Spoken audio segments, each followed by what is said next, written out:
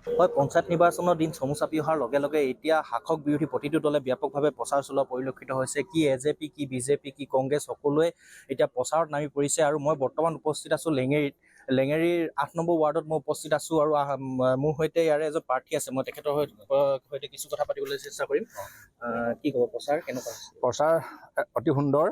আমি এনেদৰে যি প্ৰচাৰ অভিযানত নামি পৰিছোঁ আগন্তুক যি পঞ্চায়ত নিৰ্বাচন, সেই পঞ্চায়ত নিৰ্বাচনত ভাৰতীয় জনতা পাৰ্টীৰ প্ৰাৰ্থী হিচাপে মই ইয়াতে আজি লেঙেৰী পঞ্চায়তত মই আহি পাইছোঁহি। আৰু লেঙেৰী পঞ্চায়তত যি ৰাইজৰ সঁহাৰি, বিপুল সঁহাৰি বুলি ক'ম, এই বিপুল সঁহাৰিয়ে মোক এটা মানসিকভাৱে আৰু শক্তি প্ৰদান কৰিছে। মই যে আগন্তুক যি পঞ্চায়ত নিৰ্বাচনত 2 তাৰিখে হ'বলগীয়া যি পঞ্চায়ত নিৰ্বাচনত ইয়াত মই জয়ী হোৱাটো প্ৰায় নিশ্চিত বুলি আজি অনুভৱ কৰিছোঁ। আৰু মই ইয়াৰ আগতেও 2খন মানে এনেকুৱা ৱাৰ্ড প্ৰচাৰ সভাত মই অংশগ্ৰহণ কৰি আহিছোঁ, তাতো দেখিছোঁ এনেদৰে এটা বিপুল সঁহাৰি পাইছোঁ। গতিকে মই ক'ব পাৰোঁ যে অনাগত দিনৰ যি 2 তাৰিখৰ পঞ্চায়ত নিৰ্বাচনৰ যি ভোটদান হ'ব, এই ভোটদানত আমাৰ সপক্ষে 100%ই বতাহ বলিব আৰু সেইদিনা আমি জয় হোৱাটো প্ৰায় নিশ্চিত হ'ম বুলি ভাবিছোঁ। কিহত আপুনি প্ৰতিদ্বন্দ্বিতা?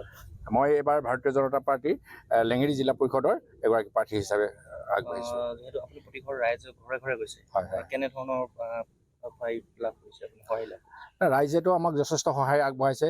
তেখেতসকলে গম পাই আছে যে যি অসম চৰকাৰৰ যিখন বৰ্তমানৰ চৰকাৰ, যে ভাৰতীয় জনতা পাৰ্টীৰ যিখন চৰকাৰ, মিত্ৰজোঁটৰ যিখন চৰকাৰ, আৰু বিশেষকৈ আমাৰ টিংখাং বিধানসভাৰ সমষ্টি যিজন আমাৰ বিধায়ক আৰু তেখেত বৰ্তমান মন্ত্ৰী, তেখেতৰ যিটো কাৰ্যদক্ষতা, এই কাৰ্যদক্ষতাক আমাৰ টিংখাং সমষ্টি সকলো ৰাইজে মানে তেখেতক অতি ভাল পায়, অতি শ্ৰদ্ধা কৰে। গতিকে সেই শ্ৰদ্ধাৰ অনুপাতে আমাৰ পঞ্চায়তসমূহৰ যিসকল ৰাইজ আছে, এই ৰাইজসকলৰ তেখেতৰ যি মানে কাম কৰা যিটো দুৰ্বাৰ হেঁপাহ, তেখেতৰ যিটো কাম কৰাৰ শক্তি, এই শক্তিয়ে নিশ্চয় আমাকো যথেষ্ট সঁহাৰি দিব বুলি ভাবিছোঁ। আৰু আমিও এই সুযোগ, তেখেতৰ লগত কাম কৰা যিটো সুযোগ লাভ কৰিম বুলি আমি অনুভৱ কৰিছোঁ। যে অনাগত দিনত তেখেতৰ সৈতে আমি একেটা শাৰীতে প্ৰাৰ্থীসকলৰ প্ৰতিক্ৰিয়া আপোনালোকে শুনিবলৈ